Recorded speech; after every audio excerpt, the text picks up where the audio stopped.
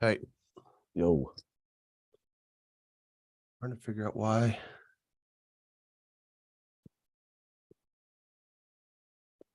It said chat is disabled.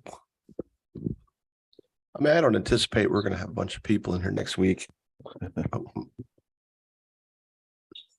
We didn't have a bad crowd, though, last year, other than the belly dancer. Why is chat disabled? Draw next week. Yes. Let's see, what's that do? Oh, that's why chat's disabled. Okay. Chat's disabled because I made it kid appropriate. nice. Good idea. Yeah, not a good idea. No. Oh, I want chat. We live today, Jim? Yeah, but we didn't announce it. I mean, I'm going to post it as soon as we get going. Don't want any hot mic situations.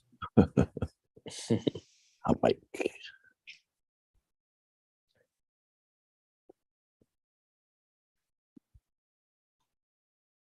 We have an update on the Carmel Center Grove situation. Big time. I saw the video, but the one I saw wasn't super clear. Yeah, it's not great.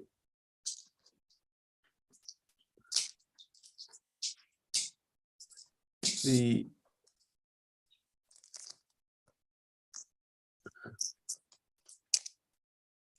dad of the kid emailed Carmel calling for Osborne to be punished. That's okay. Shame on you, Ryan. The kid that knocked him over? Yeah. The reasoning was Osborne should have not gone through the court storming. Court storming. No, he's different chat, Zach. Oh, sorry. Oh, your video's frozen. Use that appropriate. So sorry. Yeesh. No, this is the chat in the YouTube room. Although I don't know how to go from. I don't see I a did chat that for in the YouTube. Zoom. Yeah, You gotta be logged into your Google account. I don't even know if I am on here. Yeah.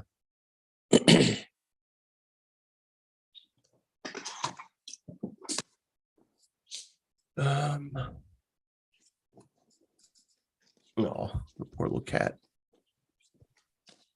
Sitting here taking a nap. About ready to kick his ass out of the room.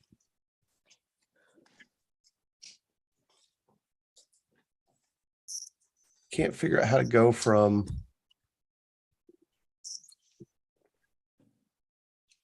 updating the podcast or the video or the stream to watching it.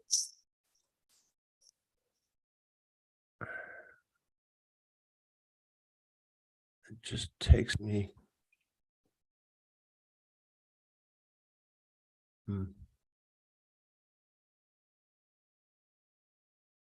No, I don't want to do that.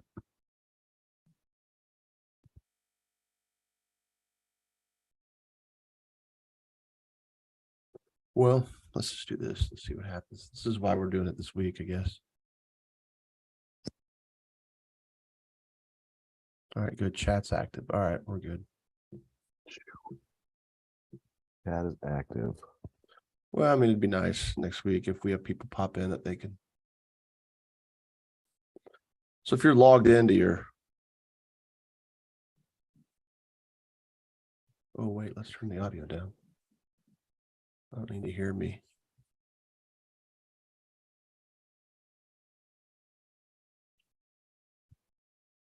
Saw some good no call for block charges this weekend. Yeah. That's getting to be a thing. A lot of no calls. Yep. All right, let me get rid of the Contact- cat here. Contacts, but no calls. What, you mean just do high school or? I guess you can't hear me now. Morning, gents. Yo. Trying to collect myself. Just rolled out of bed. The Lakers take over, man. Oh yeah. Let's go. Yeah. The Lakers. Toby in the background with me. Forget. I think everything works. I'm gonna click this link and make sure it works. Boom, look at that. Oh boy. Are we on YouTube? We are on YouTube, yeah. It should have told you that this was being streamed, right? Did it? Does On it? here? When you log in. Oh, it does When- say I see a little on my phone, it says live. Yeah. Live YouTube. No mistakes. Plenty of mistakes. But if you click on the link that I put in our Slack, you can see and you're logged into a Google account, whether Gmail or YouTube, it's all the same login. You can participate, you can see the chat. Actually, you can see the chat anyway, but you can participate in the chat. If anybody pops in, we'll see. I don't know. Nobody will show up. Next week, we'll have people show up. All right, we ready? Everybody got the thoughts collected? Questions? Any questions ready to go? If we need to talk about them, talk about Center Grove and Carmel. I'll do the recruiting stuff later. I was going to do it after with whomever could stay, but I got to leave at 9:30. So ish, Ish. give or Way to take go. 5 minutes. All right, we ready to roll? Yes, sir. Go. Yes, sir. Let me throw this out here real quick. Uh-oh. Carmel swim team. One.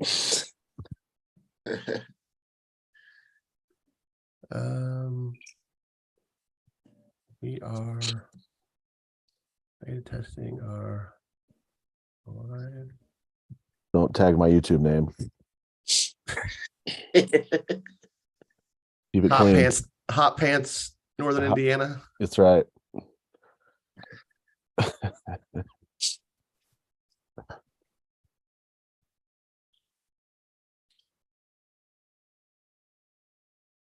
I'll hit that retweet as soon as you tweet it out. Yeah, there was a big block charge no call last night in that Chesterton game for me. It could have changed things a little bit at the end.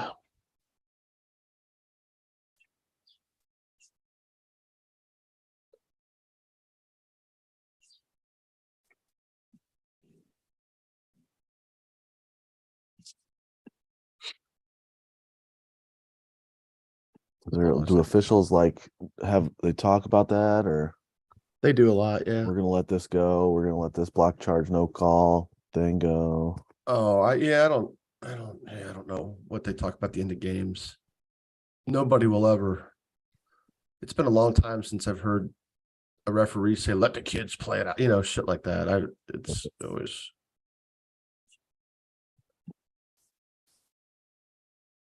So, I mean, there's got to be something, right? You can't just have no calls on that kind of stuff when bodies are all over the floor.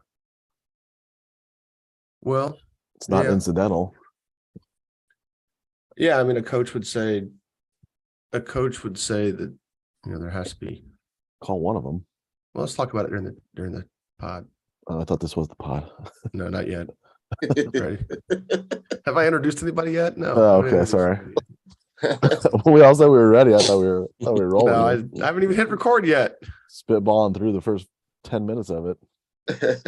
All right, I got our link out there to the YouTube room, so at least now All right. we'll see if anybody comes in. All right, I'm hitting record. Ready? 3, 2, 1. All right, joined now by Zach Tyler, Dominic Neely, Kyler Staley. We are recording in different segments today, so you listen to me muddle through the recruiting updates. And sorry for not getting input. We were all kind of on a different schedule today. So we are I guess our primary topic today is going to be Carmel versus Center Grove. I Carmel appreciate versus people. the world. Yeah, I appreciate that people think that I have input or insight on this situation. I don't specifically. I do because I guess probably all four of us have heard other things associated with it. And I certainly have. I've got friends in both locker rooms, friends in both communities, and that are in and around the basketball program, or not necessarily. I've already said that part about the in part, but I mean, it is unfortunate, but I don't know. It's to me, you bottom line it. We need to quit. I've long advocated we need to quit having students storm the court at all levels. And I guess the main levels are college and high school. And, of course, the immediate reaction to that, obviously last week, Indiana fans stormed the court when they beat Purdue. The immediate reaction to that is, well, it's just kids having fun. Okay, well, kids are young and dumb. In college, they're young, dumb, and drunk. Maybe not all of them, but some of them. Why don't we break down the situation for some people?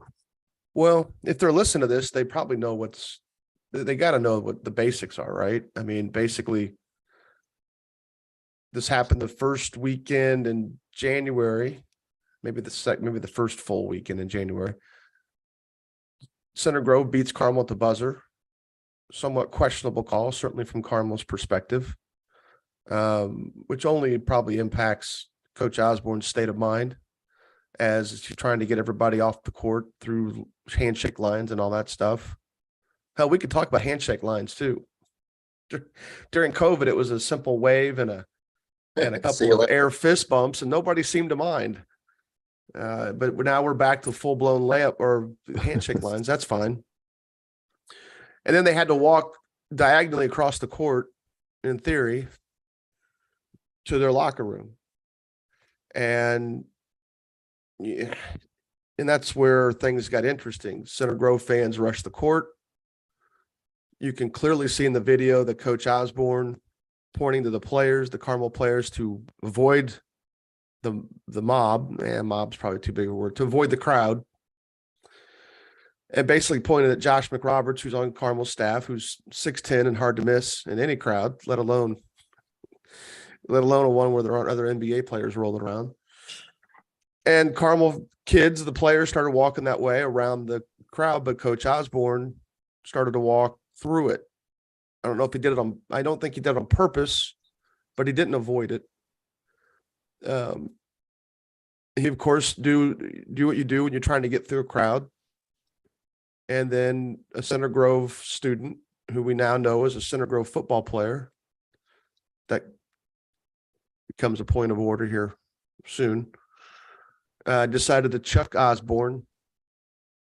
Probably was a kid that Osborne, sort of bumped into trying to get through the crowd, and the kid chucked him to the ground. I assume he went to the ground. I've not heard that confirmed from. I've heard people say he went down to the ground, but anyway, definitely shoved him. Osborne got up, started to go after the kid. This is all in the video. Coach Hahn from Center Grove, who had seen the shove, went after Osborne to hold him back. And then once Ryan started walking toward his bench or his locker room, nobody else from Carmel really came over there. No, there was no other involvement. You can see Coach Hahn blitzing through the crowd to approach the kid that did it. And from there, the video kind of ends. The actual game video that Center Grove put up on YouTube, they cut away for highlights. The TV crew, not knowing what was going on, they're not like they were trying to hide anything. TV crew cut away to highlights, and so you can't see it. And that's probably the best video. I would assume Center Grove has an unaltered form of that video and can go through, because quite honestly, until Carmel sent Center Grove a letter saying we no longer wish to participate in school sport activities with you guys, and Center Grove is shocked. And I will say, from their perspective, they thought the issue was dead. Oh, I don't know what, about a week or so after it was over, the kid was suspended by the school. But then that's where things start to get interesting. What we do know is that the kid's father, who was of well means financially, and it only matters because he threatened to sue the school. That's being reported from the Center Grove side. And keep in mind, none of this has anything to do with the basketball program at Center Grove. It was certainly the stage, and has been the stage of another situation, one in their hometown and one not in their hometown. But none of this has anything to do with the basketball team, the basketball coaches, the basketball players. And to me, this is an administrative issue at Center Grove. And from a decision-making standpoint, it's probably an administrative issue at Carmel too. I don't know Osborne's disposition. Carmel has not commented. And as a friend of mine who works for a newspaper here in the state said last night, we were DMing back and forth on Twitter. When you don't comment, you leave it to other people to start connecting dots. So the kid gets suspended, but the father threatened to sue the school because they think Osborne went through the fans shoving people, and he didn't. The video does not support that. I didn't see it that way. There are objective people on other social media platforms. And by objective, meaning I don't know who they are. They had nothing to do with Carmel. Said they don't see it that way. And I guess the only reason why it matters that it was other social media platforms is because the video that is circulating is on Instagram, put out by a Center Grove, presumably a parent, even though he doesn't have a kid on the team whose name matches his last name on his Instagram handle. But then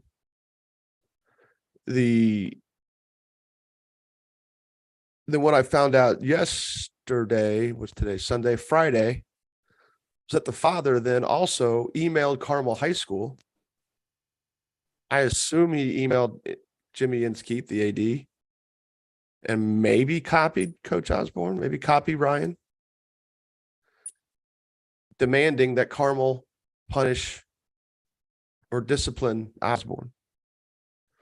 Again, the thought there being that Osborne instigated all this and that this kid was defending himself. From what I heard, when the dad filed suit or threatened to file suit, and at that point he's just trying to get an injunction, that would be the immediate thing he would get. Center Grove ceases suspension. I do know that Carmel is unhappy with how Center Grove has handled it, clearly. I did not think it would come to this. And when I say I do know that Carmel was upset with how it was handled, I'm talking like it was upset. That was noted. Where are we? We're on February 11th today, 12th. That was noted the week after it happened, that they were unhappy with how things were handled. Clearly, they have not gotten any happier about it, because things have sort of devolved into what is now them wanting out of athletic contracts. My knee-jerk reaction is quit letting students rush the court. You guys are free to disagree after I get done ranting or whatever. This isn't really ranting, but after I get done summing up things, it is all fun and games until the joke is, the line is, it's all fun and games till someone loses an eye. It's all fun and games until it's not, until it's violent. And it was violent. And is there a version of this where Coach Osborne does not go through the mob? The crowd, I quit saying mob. It wasn't a mob. Quit going through the crowd where he doesn't go through the crowd. Sure. But there's also a version of this where Center Grove administration makes it clear in a tight ball game that students are not to rush the court. Period. I went back and watched the Carmel Noblesville video from 2020, in the year of our COVID Lord, and that thing with the state tournament was ended. Carmel beat Noblesville on a last-second shot. Carmel students did not rush the court. That is a much bigger game than what happened at Center Grove. It was at Noblesville, and Noblesville PA announcer, damn near every timeout, every little free throw delay, stoppage due to free throws, said, at the end of the game, please stay off the court. And what was a one possession ball game with Carmel winning at the buzzer, Noblesville administrative officials were lined up in front of the Noblesville student section. Carmel administrative officials were lined up in front of the Carmel student section. Jackson Jensen buried a three. The jumper. Sorry, I don't know if it was a three or not. I can't remember now. Buried a jumper. Carmel wins. Nobody rushes the court except the Carmel players. And I think at the end of that little clip, a strayed coach wanders into the picture, pretty pumped up. Now, earlier this year, Noblesville beat Carmel at the buzzer. Cooper Bean hit a great shot. He immediately ran to their locker room. I think now that I say that, no, he didn't. He ran the opposite corner of his locker room. And of course, the students all followed him there. It was kind of funny. And again, it was cute. It was fun. That's fine. But again, you have to manage for the worst case scenario, in my opinion. I remember Gary Harris hitting a shot at the buzzer to win their first sectional, or at least the semifinal game, when he was a junior. And HSC students basically chased him off the court too. Had he ran over toward, I think it was North Central. Had he ran over to the toward the North Central bench, or the benches where the handshake line was taking place, who knows? Maybe there would have been something there, but the path he took was the exact same path Cooper Bean took, which was away from everybody else. And in the moment, it's funny, it's cute, it's awesome. I mean, it's, the adulation of that moment. Even this year, Noblesville beats Carmel. I was happy for Cooper. They got a little bit of a monkey off their back, and their students were excited, and he ran the hell in the other direction. He was probably trying to get away from them. But I'll give you two instances where it's problematic. 2009, Carmel had not lost to Zionsville in God knows how long. Zionsville finally beats them. Zionsville students rush the court. Two of them head straight to the Carmel players, and one of them chests Laskowski from Carmel, who immediately decks him and puts him to the ground. That started to get a little ugly. Luckily, the adults in the room took care of it. Nothing else happened. Laskowski got in trouble. That was the infamous group that was hazing that poor manager, but somebody wants to talk about that separately. An entire coaching staff lost their job over that situation, and kids got kicked off the team. So they were duly punished, but that's separate. But Laskowski punched him. And you think, okay, well, that's a Carmel thing. Well, the week before this thing happened at Center Grove, Center Grove was playing Kokomo. And they beat Kokomo at the buzzer. And the Kokomo crowd rushed the court. And one of the kids in the Kokomo crowd came up from behind Will Spellman, grabbed him, started pulling on his jersey, presumably trying to pull him down. And luckily, Spellman did not react in a physical way. His reaction was to just get out of there. And he did. Spellman's a big boy. Jack Tyler, I don't know if you've seen him. He looks like an offensive lineman. Yeah, I remember that. He is not an offensive lineman, but he looks like an offensive lineman. Yeah. And the kid that was trying to drag him down would have had a bad situation if Spellman would have retaliated. Now, Center Grove, I don't know that anything was done. And again, nothing happened there, but man, could it have happened? So why have it? Why put yourself in harm's way? This was just the week. When was that event? That was the Kokomo tournament. So that was the week before. So a week before this happened at Center Grove, it happened to Center Grove at Kokomo. I would just tell administrators, quit letting kids rush the court. That to me, that's the simplest way. Easy solution. Yeah. I know it's, they want to run I always sat over the bench, so I never really was in a position to rush the court. In the moment, it's fun until something like this happens. And now we have this crap storm of a situation. Because again, teenage kids can just not really be paying attention to what the hell's going on or not be mature enough to handle the situation. I guarantee after the game, Osborne's face probably looked like he was ready to go through people. The way they lost, he was not happy about, and I'm speculating his disposition, but I've seen him after losses. He's not confrontational, but he's definitely not happy. Now, last thing, I've been told that this is just the final straw. I'm sure the father's, Center Grove's reaction to the situation, it's been reported, has upset Carmel. I'm sure the father emailing Carmel didn't help soothe anything. And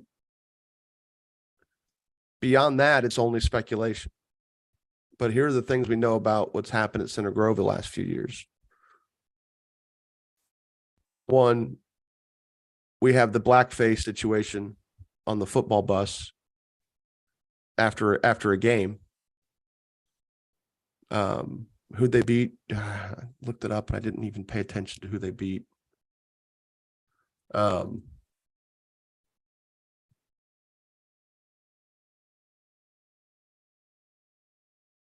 After winning state, who did they beat in the state tournament? Well, it looks like they beat Westfield. And there was some other stuff coming out of that. And then we also have the situation where a member of their student body who also happened to be a football player openly mocked James Franklin by having a seizure on the floor as James Franklin was shooting free throws. And again, I don't know if that's a suspendable offense in a school. And I'll be honest, I have no clue if those two things have anything to do with Carmel's point of view, but those things happen. I remember that Franklin situation. That was bad. Franklin is from Cathedral, right? Correct. Yeah.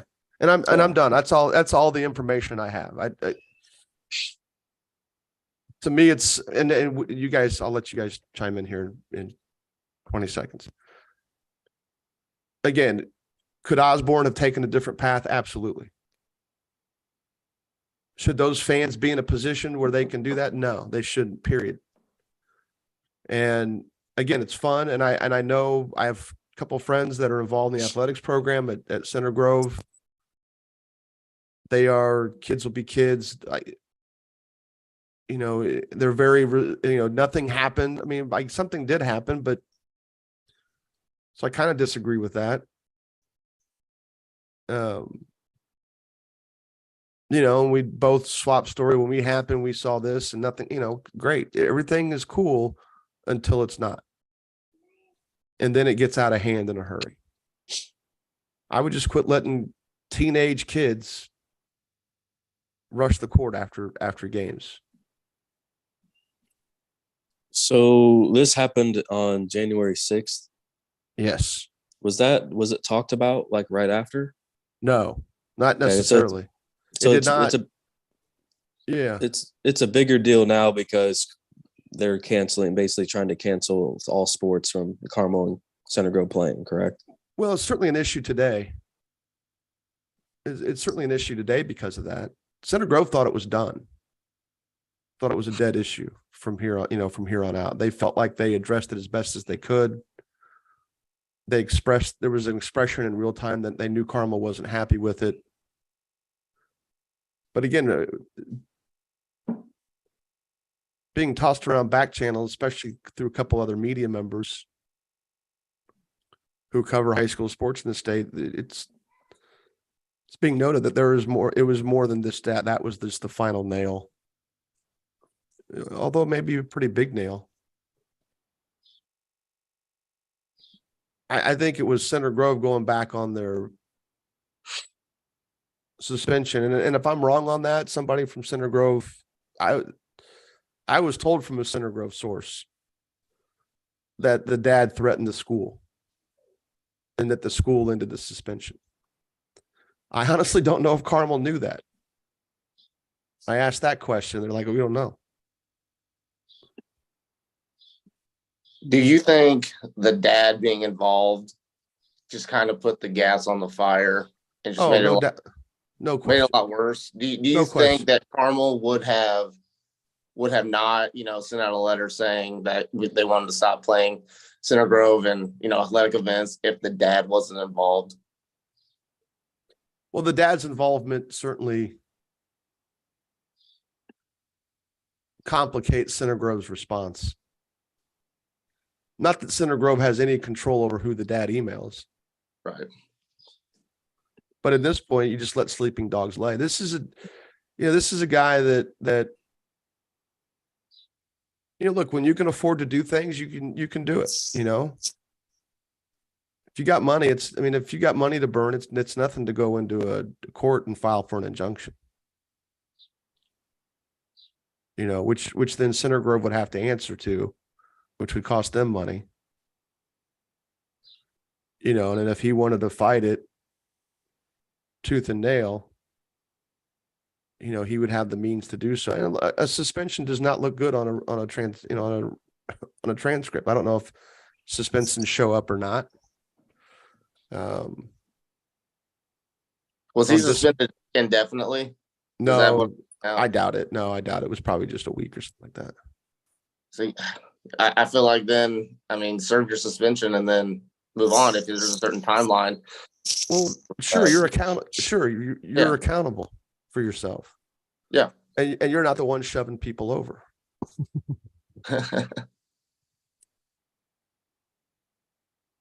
Dominique played in high school. Kyler played in high school. Zach, did you play in high school? I dabbled. You dabbled. I Yeah. didn't play basketball in high school. Nobody rushed the field. There wasn't a big enough crowd at baseball games to rush the field if somebody had a walk off. Maybe let the other team get off the court, then do it if you got to do it. That's my thought process. I keep going back to when I was in school for a women's B&L game, and they let the other team get off the floor, and then the athletic director let us rush the floor while the B&L girls were on the floor. And that's a logical response. It does kind of ruin the moment. Yeah, a little lame after that. It is. At that point, you're just kind of hopping around. A delay. I mean, I'll be honest. Cooper Bean hit that shot against Carmel. I was so happy for that kid.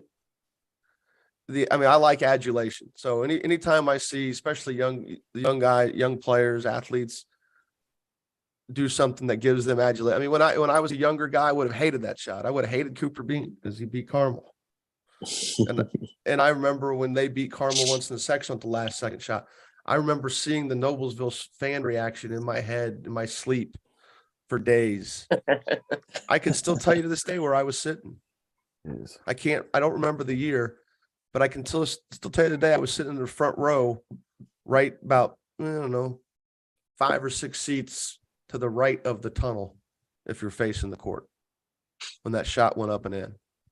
I was in middle school or the very tail end of had to be middle school or the very tail end of because those were the really good teams and we were right there with them. And I'll be damned if somebody didn't hit a buzzer beater and send us home. I don't remember the Noblesville fans rushing the court. I remember the players celebrating, but That's my thing too. What was the significance of Center Grove beating Carmel? Was Carmel on like this crazy winning streak over Center Grove? yeah. Okay, because I was thinking in my head, I was like, Han had never beaten Carmel. Okay, because I was thinking in my head, I was just like, man, they're both two, highly ranked teams in the state. Like I didn't see the point of that, but I guess I see why the students would rush the floor.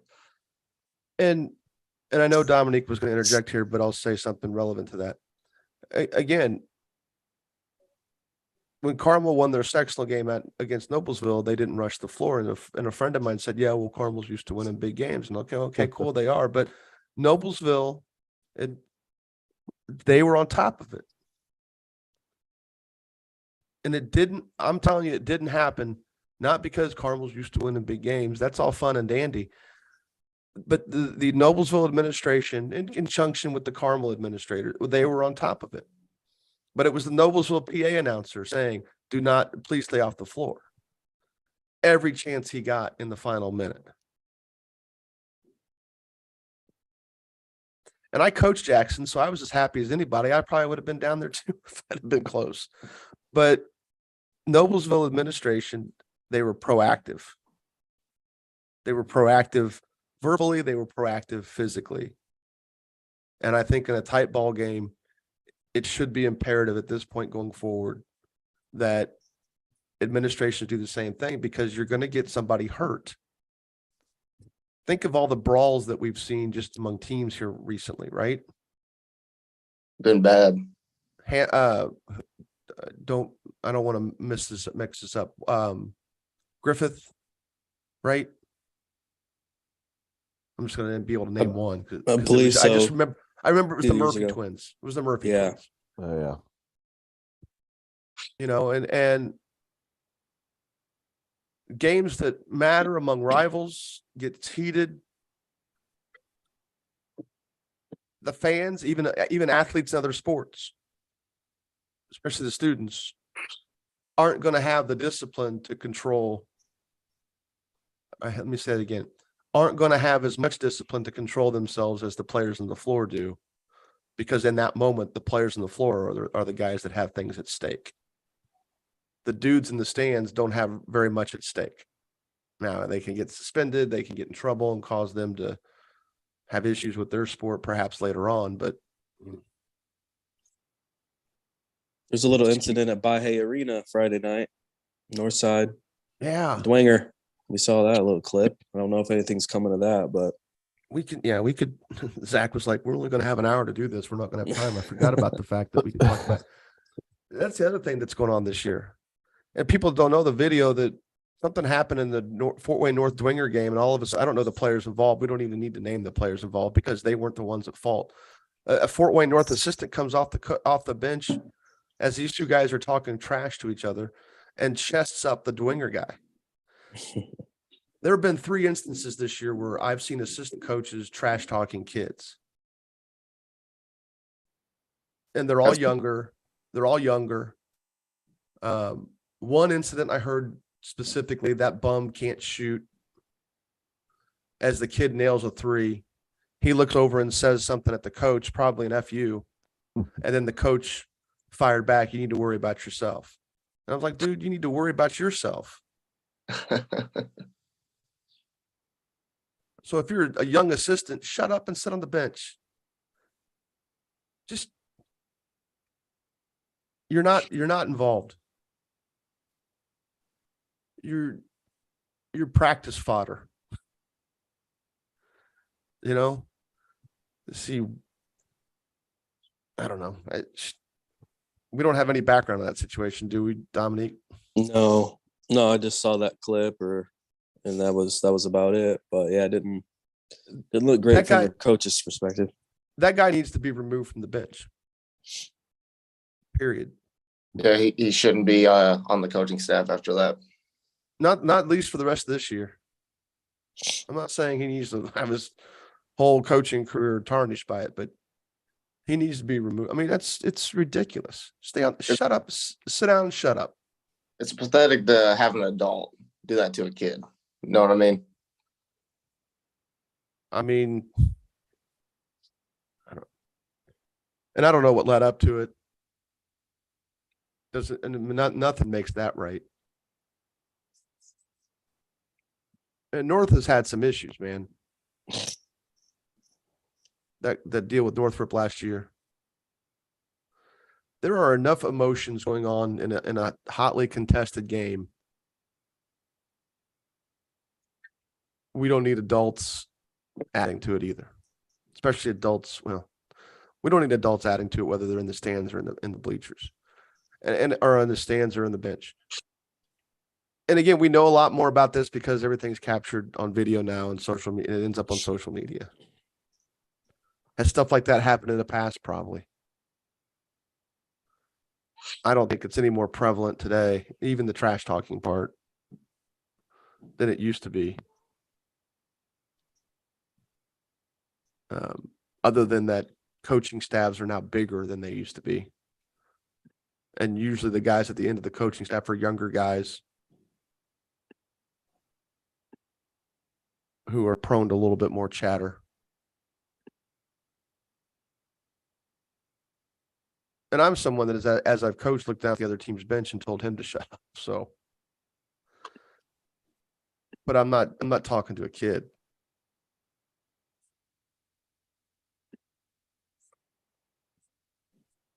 You know, but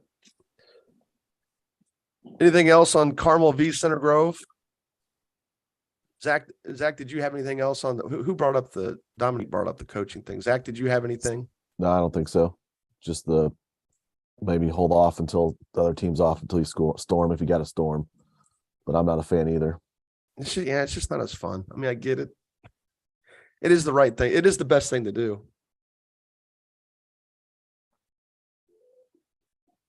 I don't know. Maybe they don't think about it during a regular season game. I don't know.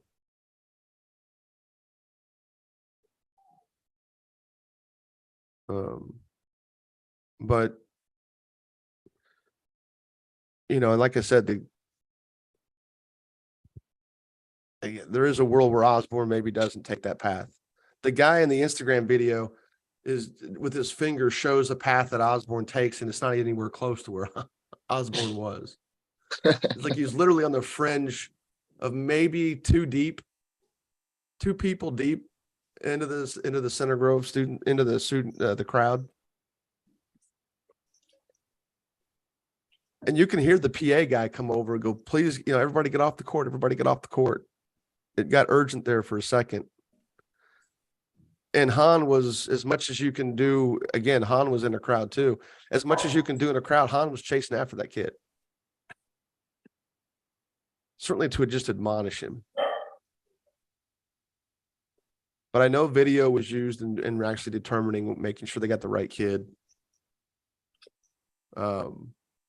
But certain people are trying to say, not Center Grove, keep in mind. Center Grove is not.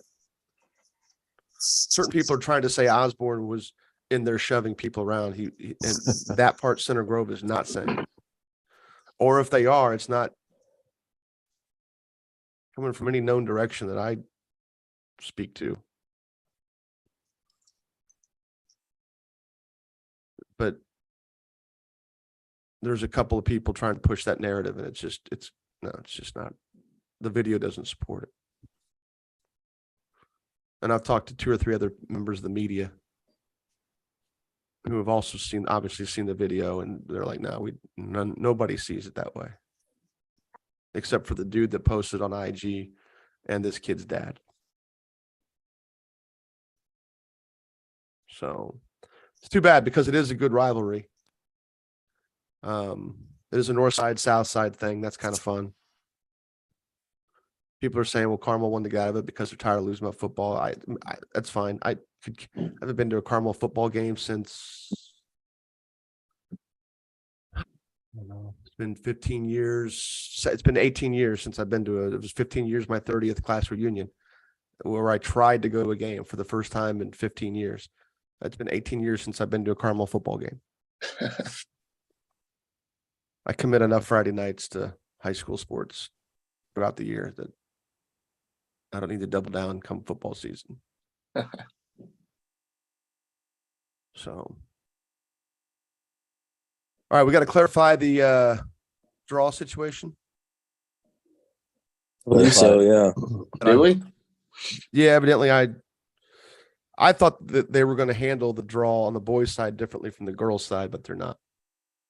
So next week, they're going to draw the sectional and regionals. They're going to draw the regionals separately, but during that same broadcast. So it's possible that sectional 1 winner can play the sectional 4 winner or the sectional 3 winner. I had it laid out numerically. I was wrong. I like that. I like for it all to be random. People want seating at the sectional level, the sample sizes. We can argue about that next week if you want, but I can tell you right now, my short answer is the sample size isn't big enough for it to matter at the sectional level. I agree. You want to seed the whole tournament or maybe entire regions and not worry about geography? I'm all for it. But geography matters in schools that have limited budgets. Yeah, I just noticed on the girls' side yesterday for regionals, it was not like one versus Correct. 2, 3 versus 4. So I'm just like, why would the boys do it different? That's why I mentioned that. I didn't know what was the. No, you're right, and I was wrong. I did kind of hedge on it when we talked about it last week. Was it last week? But I definitely was wrong. And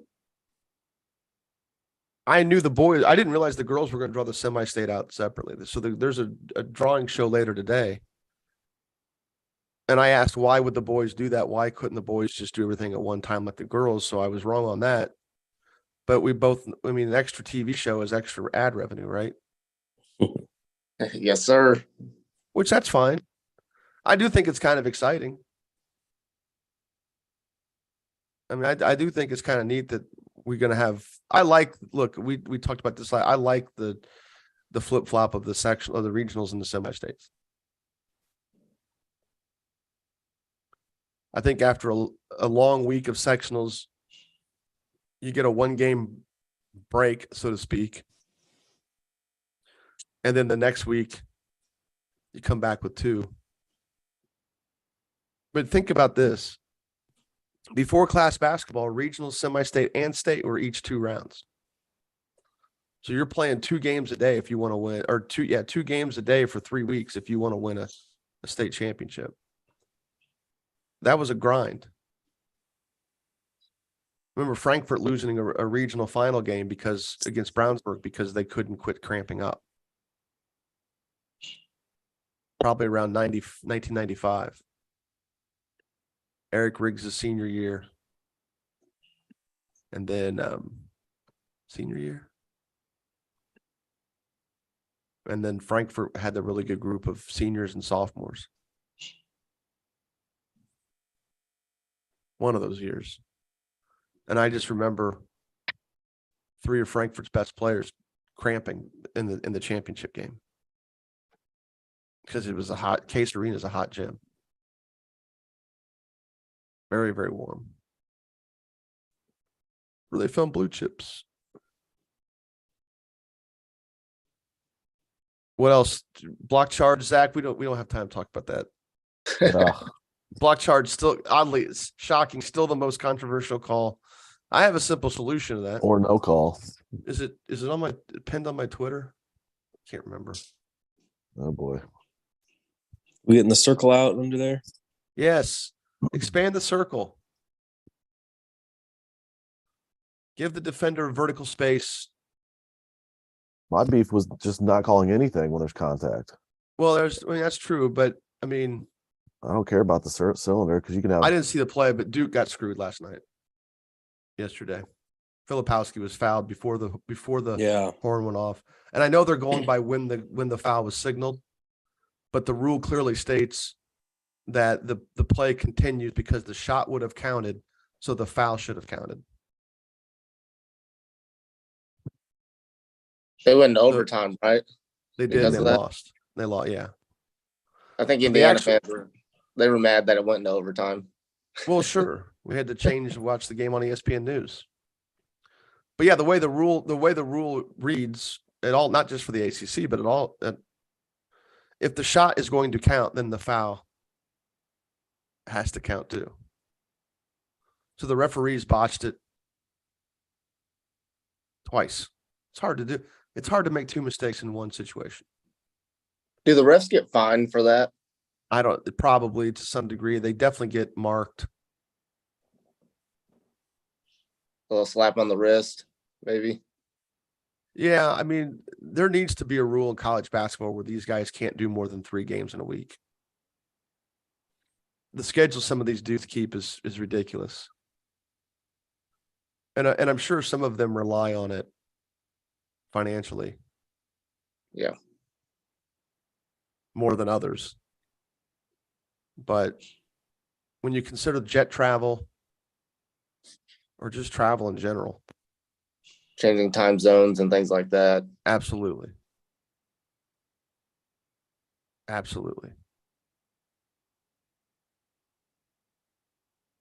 Anybody else got anything? Carmel v. Center Grove? That's it for me. No. I mean, we all agree with the solution, right? I mean, I guess could have got somebody on here that didn't agree with that solution. It was well reasoned. Kids being kids, I get it, but kids are dumb. When I was a kid, I was dumb. I might still be dumb. I don't know. All right, best game, Dominique. I was able to watch one game this week. Nice. Full game, start to finish. Stop Who moving. won? We got Carmel, yes, and Carroll. Was able to watch Jeez. the full game, and Carroll was up 2 at half. Got him right where we want him. Yeah, Carmel just was really good defensively. I mean, Carroll just couldn't at certain times. They were moving the ball, trying to score, and they just couldn't score. It was long possessions just because they couldn't get a shot up. And then in the second half, Sam Orm started going nuts in the paint. I think he had 12 straight points in the paint, like 3 or 4 dunks in a row. Everything he scored was from the paint, except in the first half he did hit a 3. Jared Bonds was going in the paint as well for Carmel. It was pretty much those two, but then they were up about 5 or so in the second half, and they were kind of working the ball, making Carroll play defense, and then they hit a 3 to put them up 8, and then it got to 10. And I told my buddy who I was watching it with, I was like, man, when Carmel's up 10, it's really like they're up kind of up 20. It seems like that way. Seems like they're up a lot more than they are when you're playing Carmel. So Carroll really never got back into it after that. They ended up losing by 15 or 16 or something like that. But at that point, you got to turn them over because they're not going to beat them. They're not going to beat themselves. You got to really get after them. And then the more you stretch them out, If you extend their offense and don't turn them over, you're really in trouble because that's when the curl cuts and the rejects start to happen, and you're extremely vulnerable. But yeah, they don't blow a lot of leads unless if you can turn them over. It's a different story. And they're getting Jake Griffin back at a good time, so happy about that. Kyler, you get to any games this week? I didn't get to a game, but streamed one. All right. I had Morgan Township versus Couts. I thought you went to that game. No. Oh God, no. It's a long drive for me. Anyway, yeah, It's a it was long drive for everybody. It was a little PCC. Winner of that game came in first place, or got a game above the other. It was a fast-paced game. Morgan Township ended up winning 67-54. Game of runs, really. Morgan Township started off, the first quarter, it was all them. And then Cows exploded to it was something crazy, like a 19-2 run to take the lead. And then, Morgan Township, they went on a run. It was just a lot of back and forth. Eventually, Cows just didn't have the guys to compete with Morgan Township. Great games on the Morgan Township side from Jaden Spratley, Keegan Holder, Bryant Rickey, Jack Wheeler. Those guys really stepped up. Made tough baskets. It was a fun game. I'll tell you that, for a 1A level up there. Both teams really competed. It's a rivalry game. So a lot of emotions that game. In the end, Morgan Township just had a few more studs than Couts did. Yeah, those schools are like 5 miles apart. Yeah. They made that clear on the broadcast. Zach, did you say they have studs? Is that what you said? yeah, A few more studs compared to Couts. it's more of a question. My game last night was the best night that I saw of the three. Chesterton at Hammond Central. If I would have said that, I talked to Dominique about this a little bit last night, that if Jordan Woods scored 6 points, would you say Hammond Central still wins? I think the answer is probably no. Right. But they did. They were up 12 after the first quarter, and I kind of thought, okay, this is it. Chesterton's done, but Coach Urban's got his guys going all the time. Tyler Parrish went off after that. He had 5 in the first quarter. Then he had, I think, 18 in the second quarter to keep him in it. Him and Sims. I think that was the issue with them last night, was that it was just Tyler and Justin. I mean, they weren't getting help from really anybody else. And Hammond's got dudes that can score. Overshawn hits threes all the time. Matthew King went off last night for them too. Woods affects the game in so many other ways, though, also defensively, rebounding, dishing the ball off. He had some nice blocks too. Bronny Hill's back for them. He was injured. He's 6'6" sophomore, I think is what he is. He had a couple nice shots. So it was just, overall, that was the best game for me last night. But that was the block charge issue I had with the game, was last night, because Parrish took it to the basket at one point, kind of got undercut, and there was a no call. Yeah. So I think that could have changed the game for them. Anything, I guess got to see the video. Yeah. But I do if you extend the circle, you would eliminate anything in the lane. To a point. I mean, obviously somebody comes straight down the middle, but not too many kids are going to be able to jump from 2/3 of the lane. If you extend the circle, we don't have one at the high school level. So if you had a circle that was extended from the entire width of the lane, that would also go pretty high up the lane. You would get rid of any block charge situations where somebody was in the air and somebody else was planted on the ground trying to take a charge or moving on the ground. Right. It was just a lot of contact, and there was no call. It just went the other way. Hammond got the rebound and went the other way. You So, know, yeah. you allow the defender the vertical space to jump.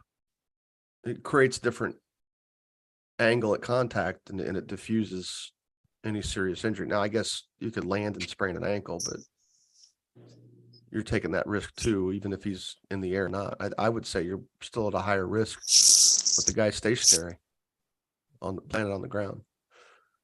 But that's another discussion. My game was last night, University Park Tudor. It was for their conference championship. And it was a fun game. University got up on them early and never gave it up. And Park Tudor fought back, cut it to 3 a couple times. The lead was for University was mostly 8, 9, 7, 8, most of the game. Jermaine Coleman got going after the first quarter. Had some nice plays in the second quarter, in the third. There's a little part of this that says, you know what, there's times where he probably could be a bigger paint presence. But he's so, he's definitely a good shooter and can impact the game offensively with, rebounding, hitting the glass. But I think University pretty much zoned him the whole game. Mr. Dowdy in the room. Coming at us from Ben Davis.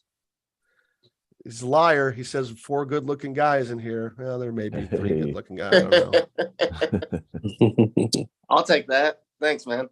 Yeah. All right. Kyler, who was your best play or best team? I guess Morgan the winner of that Township. game, huh? Yeah, Morgan Township. I guess the winner of that game, right? Yeah, absolutely. It's been like this past 2 weeks. I'm hoping that changes. I gotta get out to more games these next couple weeks. But anyway, Morgan Township, I think they're on like a 13-game winning streak right now. They were great. We talked about it a little bit in our chat that night, but I was impressed with their defense. Really just hard-nosed defense, really pressured Cal sometimes, forced them into really tough, unbalanced shots. They just brought it. And I was a big fan of the 4 guys that I mentioned earlier, Jaden Spratley, Jack Wheeler, Bryant Rickey, Keegan Holder. Those were the guys that kind of stepped up and played well that game. They got a good squad. I think coming out of the North, I mean, they might be one of the favorites to come out of the North in the 1A, but they're a good team. Well coached, just defensively, just was a real big fan of their system. Zach.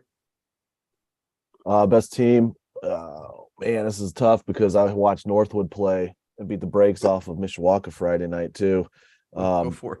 I Sounds guess like a good place to start. Wasn't Mishawaka having a good year? Yeah, they were decent. Down 2 starters. They were down. Okay, that makes some sense. Yeah, but still, I mean, they were 14-4 coming into the game, and they lose by damn near 40. I'm like, what the hell? Yeah, I mean, Arthur Jones was out. That's Marcus Burton's cousin. He can score, but Mr. they Basketball's cousin. Yeah, Mr. Basketball's cousin. Sorry, Get it right. Come on. I know. Rosh and Brenner. Sorry, my gosh, those 2 dudes. Rosh went off in the first quarter. Brenner's rest of the game for him. It was running clock in the third or fourth quarter. I can't remember when it started. Then I haven't seen a running clock game yet. Gosh, I mean, that's a good thing, right? But I was at Michigan City yesterday, and this whole second half was running clock also. So, jeez, not necessarily a bad thing. No, that was a good. No, it's not. But this is where our society has gotten to. Oh, go ahead. Sheesh. Dominique, what's your best team? I got like 6 minutes. Northwood, best team. Sorry. Oh, best team. Yeah. Sorry. Carmel. Preach, paint brother. points. Let's go. Paint points. This game was all about paint points, man. Bonds and Orm. I'm kidding. They were everything was in the paint for them. Defensively, like I said, they're really good, but they just kind of overwhelmed Carroll in the second half and got an easy win then. How did Jake Griffin look? He was good. He had a big brace on his knee. Like I said, but he hit a buzzer beater jumper at the end of the third, and then he hit a couple free throws in the fourth. But Yeah, no one else really did much outside of Bonds and Orm. Orm had 27, Bonds had around 15 or so. Mine's Kokomo. Their win against Richmond. It was a tight game till Badunga started getting going. Richmond did a great job of containing him.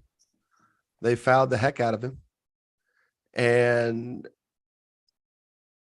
when the referee started calling things is when things started to get a little loose for Richmond. Shane Spear was fabulous. And he started getting going about this time last year as well. I mean, he was definitely the difference against Westfield in the regional last year. Just because of his size, his ball handling. He plays at his own pace, basically, literally at his own pace. And he's also an excellent outside shooter, especially off the pass. I mean, stationary. And he's got a little ball fake. He can sidestep it, hit that three as well. And he can also drive and get downhill off ball screen action and finish. And I mean, he would struggle to finish against someone like Badunga, but Badunga happens to be on his team, so it's not an issue. How he'll do against other length remains to be seen, but they are playing outstanding basketball themselves. You were right, Kyler, on Morgan Township's winning streak. Kokomo is looking at 1, 2, 3, 4, 5, 6, 7, 8, 9 game winning streak.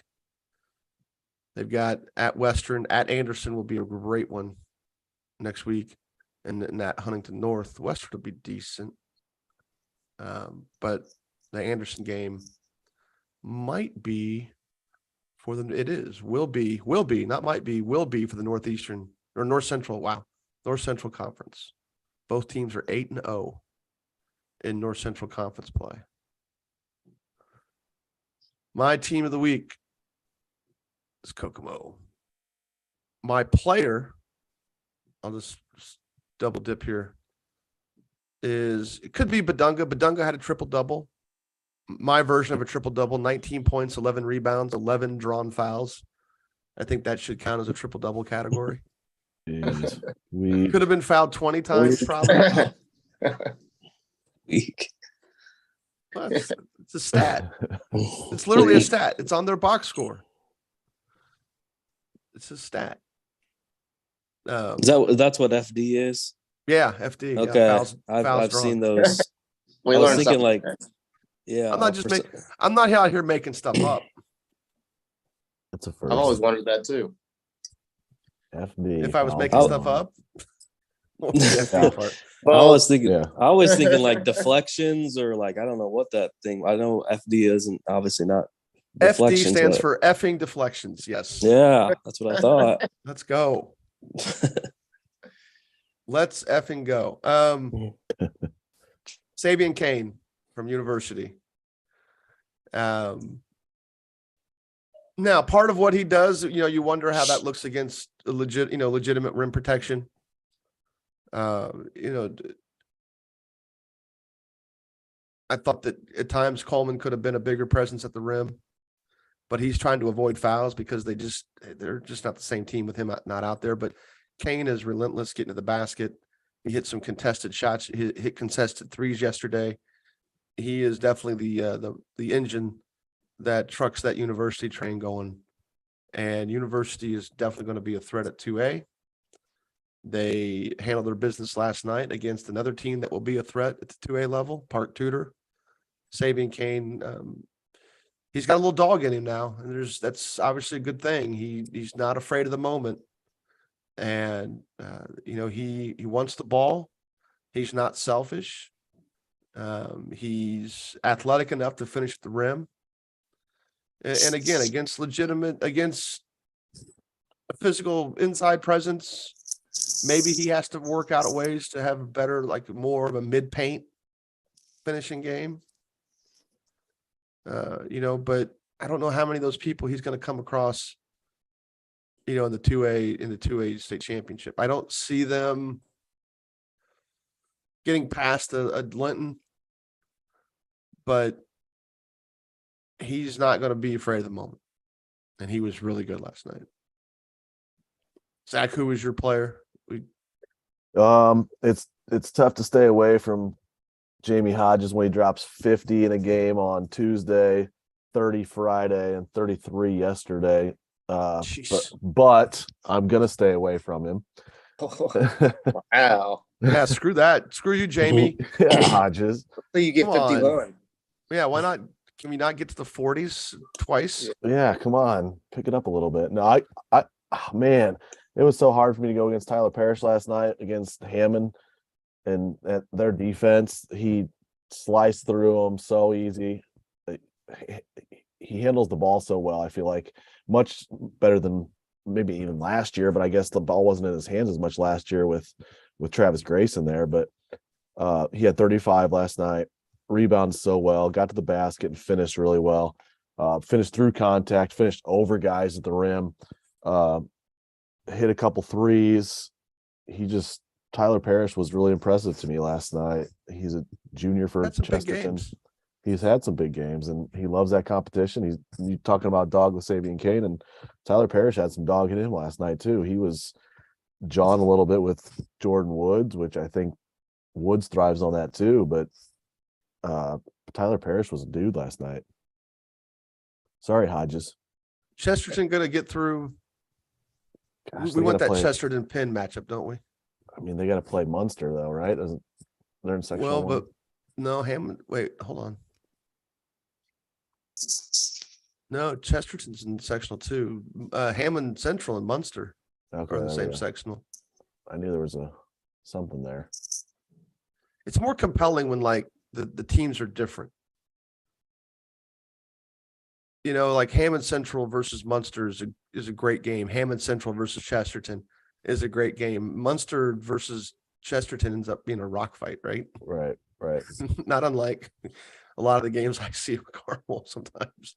You know, and a lot of it's two good teams, you know, two teams that really defend and know each other really well. Munster and Hammond Central, Lake Central's having a good year. I don't know. I'd like to see. I mean, I have a hard time going against Hackett, but I'd like to see Penn play either one of those two, Chesterton or Hammond Central. Yeah, I think Hammond Central will be tricky for Penn. It'd be interesting, but if Parrish is if Parrish is cutting through their defense, getting to the basket, what's Burton doing? Right. I mean, but they still lost. So, well, yeah. So you got to stop Hammond Central's dudes too. And Chesterton's got to play on both ends of the floor. Damn it. Yeah, kind of. I mean, with Garrett Clark out for Portage, that kind of makes Chesterton's sectional touch easier, if you can say that. Man, they've done well against other sectional teams for sure. Dominique, who's your best player? Sam Orm, paint points, 4 dunks, but then kind of more impressively, his defense, man. He was Draylon Truesdale and his brother were getting right to the rim on some of their drives and on the break, and they couldn't finish over him. You know, he's pinning it off the backboard. Probably he had 3-4 blocks like that. So yeah, defensively he was really good as well. And I'm telling you, man, he's 6'10", 6'11". Man, Ooh. He's big. Sam Orm. He looks huge on. He's on a the screen legit to me. He's a legit 6'8". I think he's 6'9", man. I mean, well, he was tall. He He's was 6. Prep Hoops confirmed 6'9". He's taller than Zane Dowdy. He's big. When they jump center, start the game, he was taller. Is Zane 6'8"? We can get that from his dad here in the chat. Yeah. Can we get confirmed? I don't know if he's still in there or not. No, he's not in. Oh, wait. Different room. Hold on. Orm's been our dude for a few times now. Orm is a dude. He's great. I've only picked him a couple times, so it can't just be me. I was forced to do it, so go ahead. You were not. That's bullshit. All right, locks. Quickly, Zach. Quickly. Who's got him? Anybody got the locks ready? Yeah. I'm going Munster over 17-1 Lake Station. Yep. And I'm going to say New Pal over Mount Vernon. New Pal's struggling right now. You get right. Dominique, Pike over Southport. Pike struggled. Pike lost to Mount Vernon yesterday. Southport Southport got 20 killed. balled by HSC, who got 20 balled by Carroll, who got 20 balled by right. Carmel. Let's get it. It's gonna be a Pike's gonna get the win at 20-ish Southport balled by Tuesday. Carmel. Wait, What did was we the get final score? Did we get I think it was Kyler's 16, dude? 17. No, we didn't. Yeah. Oh, geez. Kyler, who's your Morgan Township dude? Keegan Holder. There we Tough, go. tough. Sorry, Keegan. Tough player. Sorry, Keegan. He dropped 50 on Tuesday also, or no? No. Okay. I don't know. Did he? No. I don't know. Okay. Anyway, Second- Keegan Holder, he's great scoring through contact. He had like 4 or 5 and ones, but he's a tough dude. Congrats, Keegan. Good call, Second- Zach. My bad, Kyler. Second Second lock, game, Dominique. Zionsville over Fishers Friday at Fishers. Ooh, I like it. I like that one. Both teams playing well. My locks are going to be Oak Hill over Tipton. Upset the mothership. I was going to that game. Oh, damn. I got Carmel Warren that same night, too. Oh, my God. Jeez. Expand your horizons a little. Yeah. I got to do a little recruiting to Friday, I think. We'll see. We'll see what happens. I've seen Carmel like a month. I don't know. Oh, withdrawals. Get on my level. I haven't seen Penn in like a month either, so man.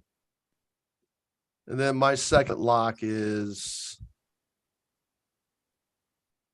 I clearly I'm not prepared for this stuff.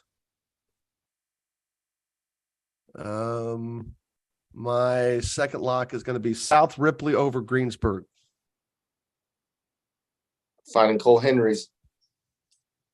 It's been playing well. Kyler, your locks? I'm gonna go rough week for Fishers. I'm gonna go Lawrence North over Fishers on Tuesday. Dang. I'm gonna be at that game.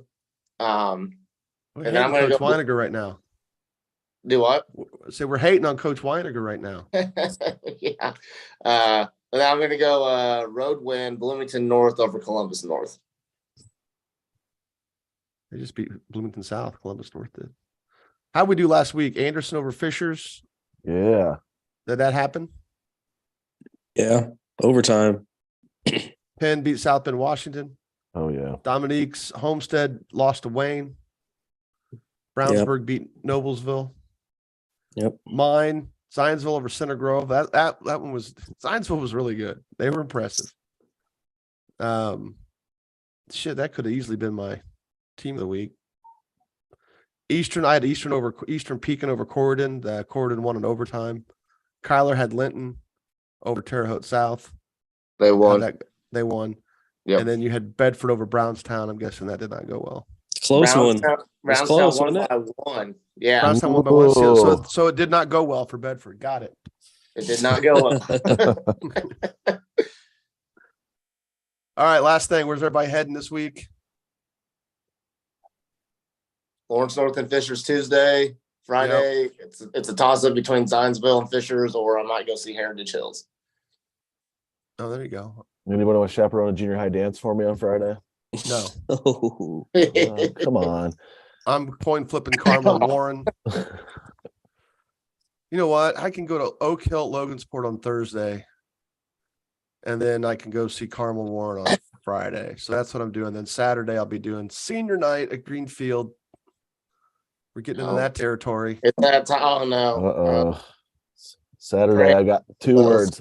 Bower Maple. let's Macanaquah. go. Macanaquah at Culver Academy. My Bower God. Maple.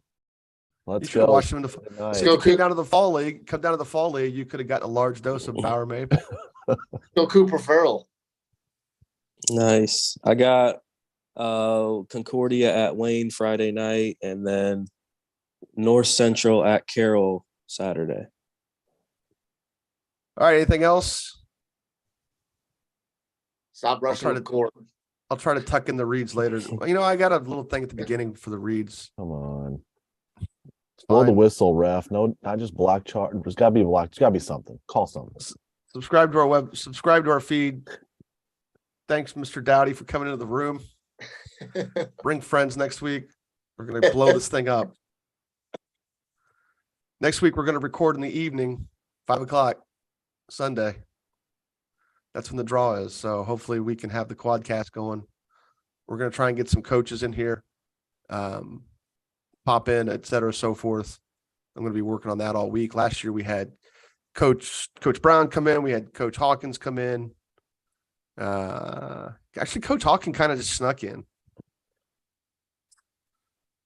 Tried to get him to predict sectional winner, and he wouldn't do it. Zane is Trying to 6'9", by the way, according to his Confirmed. dad. Knew it. Prep Hoops is never wrong. Yeah, I mean, I don't know. It could be a little hair issue there going to, because Saint's girlfriend got those rows pretty tight.